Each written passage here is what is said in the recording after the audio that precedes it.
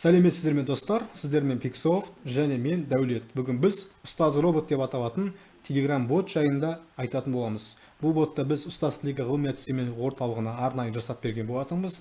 Олардың ust.kz сайтымен бұл ботты біз байланыстырғанбыз, интеграциялағанбыз және соны қалай болғанын біз сіздерге көрсетіп, қазір талқылап көрсетеміз.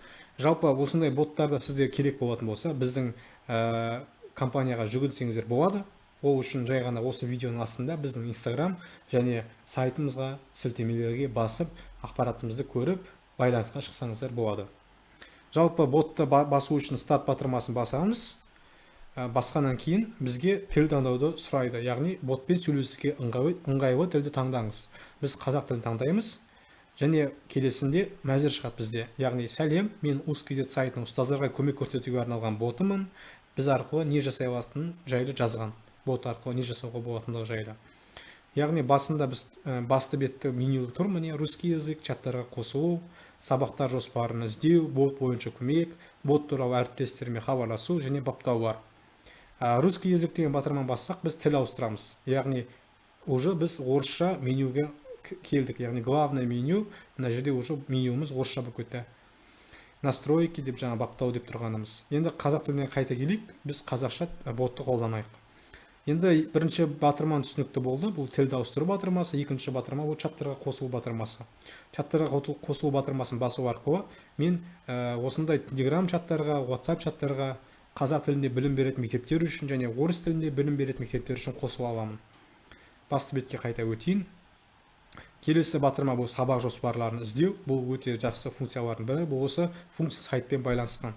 Біле білетін болсаңыздар, ұстаз лига, яғни ust.kz сайты, бұл ұстаздарға арналған портал. Бұл жерде өте көп материалдар қазақ тілінде бар. Мысалы 284 мыңға жуық материалдар бар. Мысалы мынандай осы материалды осы жерден іздеп табуға болады. Ал егер ботты қолданатын қолданушылар үшін бот арқылы да осы материалдарды іздеп табуға болады. Мысалы ашық сабақ деп іздейтін болсақ, бізге ашық сабақтар шығарып береді. Ашық сабақ 10-дық бөлшектерге 5-ші сынып, мынандай тағы да тақырыбы ашық сабақ, үйдегі қауіпсіздік ережесі, жаратылыстану деген сияқты бұларды жүктеуге болады, немесе жай ғана ашып қарауға болады. Мысалы мен ашып қарай десем, бассам, осы ашық сабақтардың ішіне кіріп көре аламын. Міне рекламный баннерді өшіріп тастайын. Міне көре аламын. Бұл керемет те. Сізде осындай кәсіптеріңіздің арасында бір функцияларды сайтпен интеграциялау керек болса, бізге тапсырыс берсеңіздер болады. Біз оны сіздің сайтыңызбен байланыстырып, ыңғайлы Telegram бот жасай аламыз. Тек қана Telegram бот емес, және WhatsApp боттарды да сіздерге жасап бере аламыз. Басты бетке өту батырмасын басу арқылы басты менюға өтем. Келесі батырма бот бойынша көмек. Оны басқан кезде бізде қосымша ұсыныстар жасайды. Яғни админге жаза аламын, егер ботта қандай да бір қате болса, немесе чатқа сұрақтарды қоя аламын. Егер чатқа сұрақтарды қою батырмасын бассам, бот ust.kz қолдау орталығы деген группаға түсем. Бұл жақта мен группаға қосылып, өзімнің бот бойынша қандай проблемалар бар екенін жазып отыра аламын. Бұл кері байланыстың бір түрі, өте керемет. Және келесі бот бойынша көмек дегеннен кейінгі батырма бот туралы әріптесіме хабарлау. Бұны басу арқылы біз ботты WhatsApp арқылы бөлісе аламыз, немесе Telegram бот арқылы, Telegram арқылы бөлісе аламыз. Мысалы, әріптесіме хабарлау бассам, осы ботты мен бір әріптесіме контактты таңдап жібере аламын. Бұл да боттың дамуына, таралуына жақсы әсер ететін батырма. Баптауларды басқан кезде маған есімді, облысты, мамандықты, телефон нөмірді өзгертуді сұрайды. Яғни мен осы ақпараттарды енгізу арқылы ботқа өзімнің ақпараттарын бере аламын.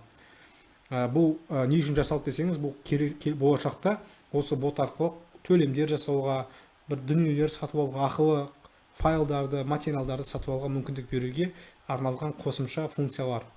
Бұл функцияларды әзірше біз осылай жасап қойдық, бірақ болашақта бұл ботты одан сайын дамытып, ақылы түрде қосымшаларды қолданған кезде осы ақпараттарды қолдануды көздеген болатынбыз. Басты бетке өту арқылы басты бетке өтем.